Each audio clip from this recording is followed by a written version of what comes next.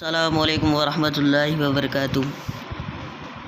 भाइयों मेरे, मैं अपना यूट्यूब पर अपना चैनल बनाया है जिसका नाम है English grammar.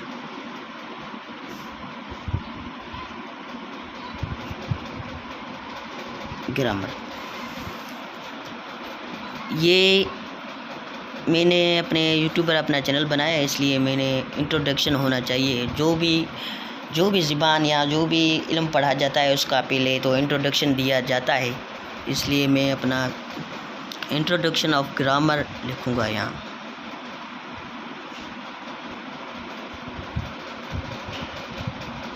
Introduction of grammar.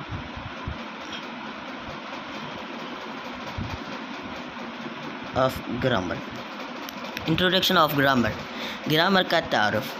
भाई आप देखें, गौर फ़िक्र करें कि सारी दुनिया जहाँ भी इल्म है, जो भी इल्म है, उसकी डेफिनेशन, उसकी मीनिंग होती है। जैसे कि आप जानते हैं भाई, कोई भी ऐसा इल्म हो, फॉर एग्ज़ाम्पल हम देखें कि साइंस है। क्या है साइंस? साइंस की डेफिनेशन है। साइंस किससे कहते हैं? साइंस कहते हैं study of nature, study of laws of nature is called science. इसलिए ग्रामर की भी डेफिनेशन होगी, लाजिमी होगी। ग्रामर कहाँ से वर्ड लिया गया है वो हम देखेंगे। ये वर्ड ग्रामर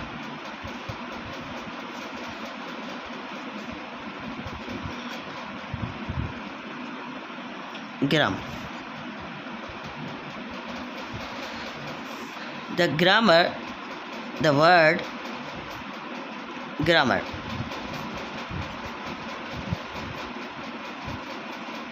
comes from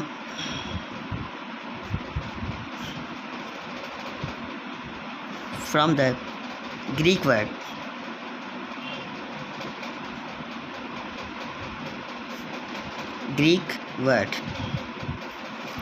ये यूनानी ज़बान का लफ्ज़ है जिसकी दो मीनिंग्स हैं। उसमें बहुत ही आसान है। आपको मैं बता देता हूँ भला आसान तरीक़ों में से तरीका एक आसान है। पहली इसकी मीनिंग है, ग्रामर की मीनिंग है क्राफ्ट्स ऑफ आर्ट्स, यानी लिखने हुनर, ऐसा हुनर करतब हो।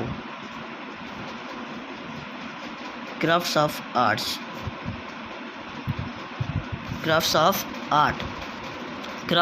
आर्ट। ये क्या है? क्राफ्ट्स ऑफ आर्ट, लिखने पढ़ने का हुनर, क्राफ्ट्स आर्ट्स इसको भी कहते हैं, इसको भी ग्रामर कहते हैं हम। दूसरी मीनिंग हम लें,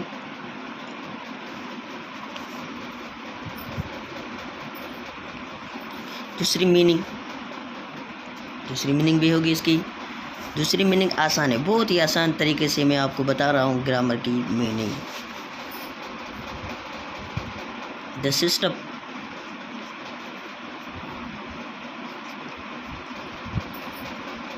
The system of rules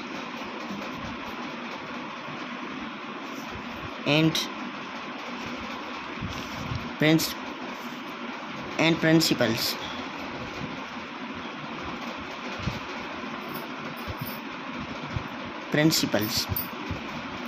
for a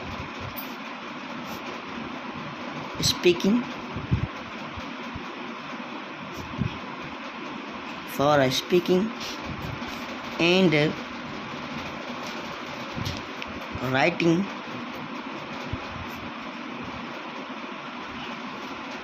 a language।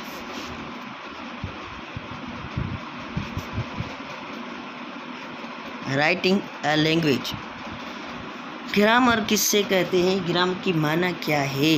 भाई आपको साफ जाहिर हो गया है कि the system of rules and principles for speaking, ऐसे कवानीन और मेथड्स, यानी ऐसे कवानीन और तरीके, असूल जो बोलने, and writing, speaking and writing language, जो हम बोलें और फिर उसको लिखें भी सही, किसी भी ज़बान को लिखें पढ़ें, इसको हम ग्रामर कहते हैं।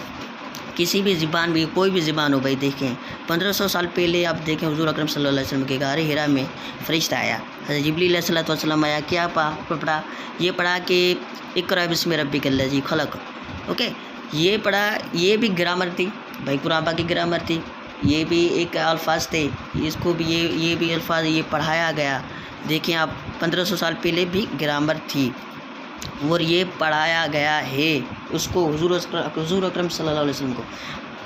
दूसरी, अब आपको ये चीज़ें बहुत ही आसान तरीके हैं इसकी समझने के लिए भाई। ऐसे बच्चे भी मैंने देखे हैं कि वो यूनिवर्सिटी तक जा चुके होते हैं पर ये पता नहीं होता कि ग्रामर क्या होती है।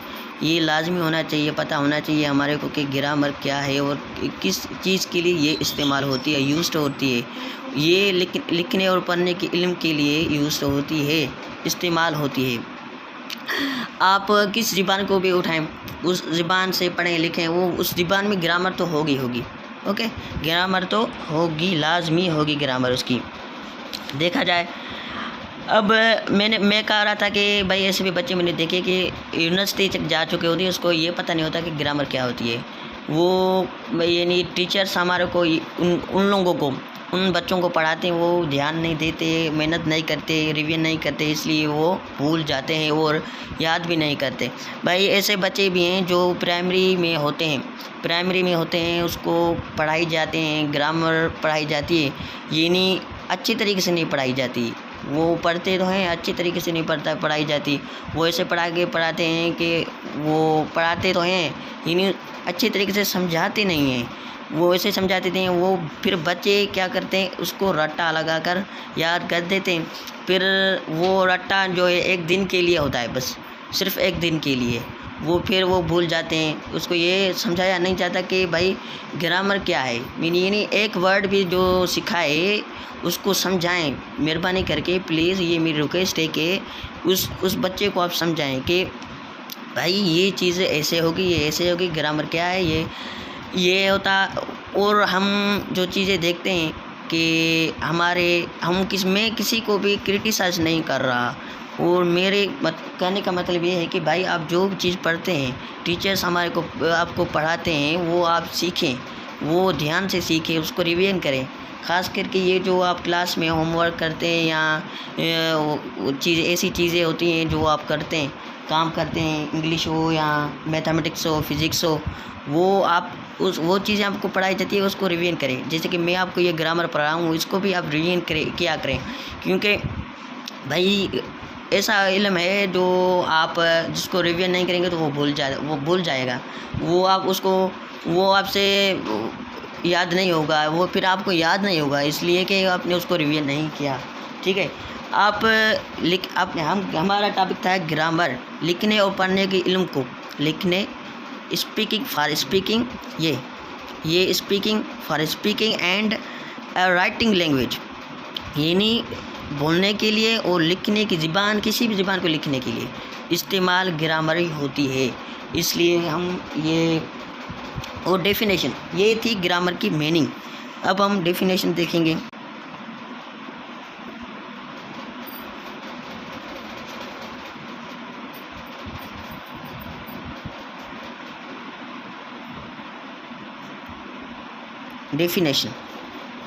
डेफिनेशन भाई, मैं आपको डेफिनेशन बहुत ही आसान तरीके से बता रहा हूँ भाई।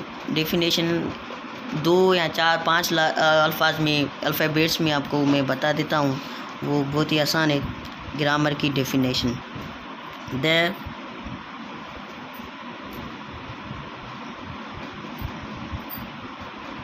Structure of any language is called grammar.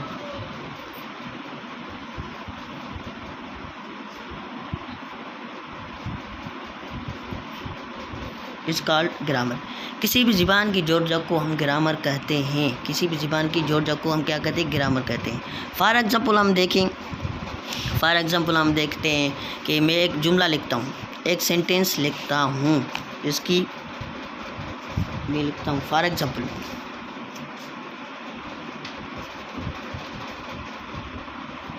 For example,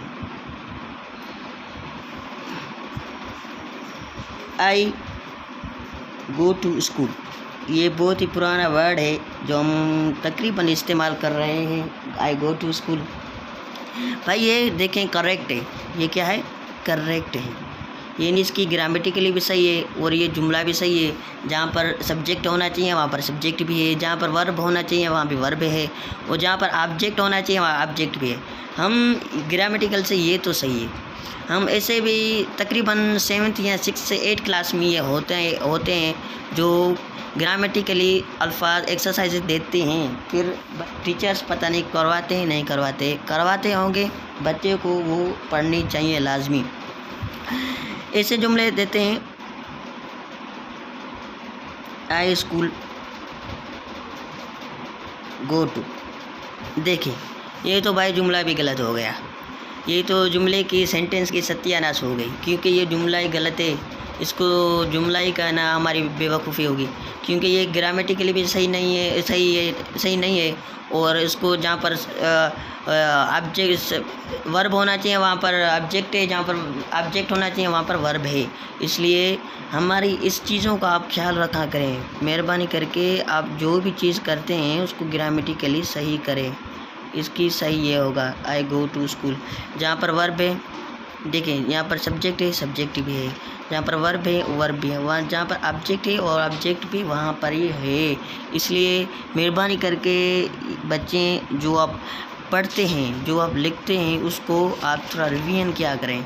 revision नहीं करेंगे आप उस चीज़ को भूल जाएंगे, वो फिर आपको वो चीज़ आपको याद नहीं रहेगी।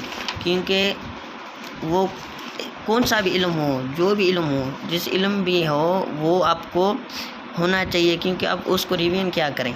मेहरबानी करके ये मेरे आपको रिक्वेस्ट है, ये जो चीज़ आपको यहाँ पर समझ में नहीं आई वो प्लीज़ आप कमेंट बॉक्स में आप मुझे बता सकते हैं, और इंशाल्लाह आपको ये सारी चीज़ें समझ आ गई होगी। और इसलिए मैं आपको यहाँ पर ये ख़त्म कर रहा हूँ, और आपको जो चीज़ें प्रिंसिपल्स बहुत ही आसान है इसके तरीके।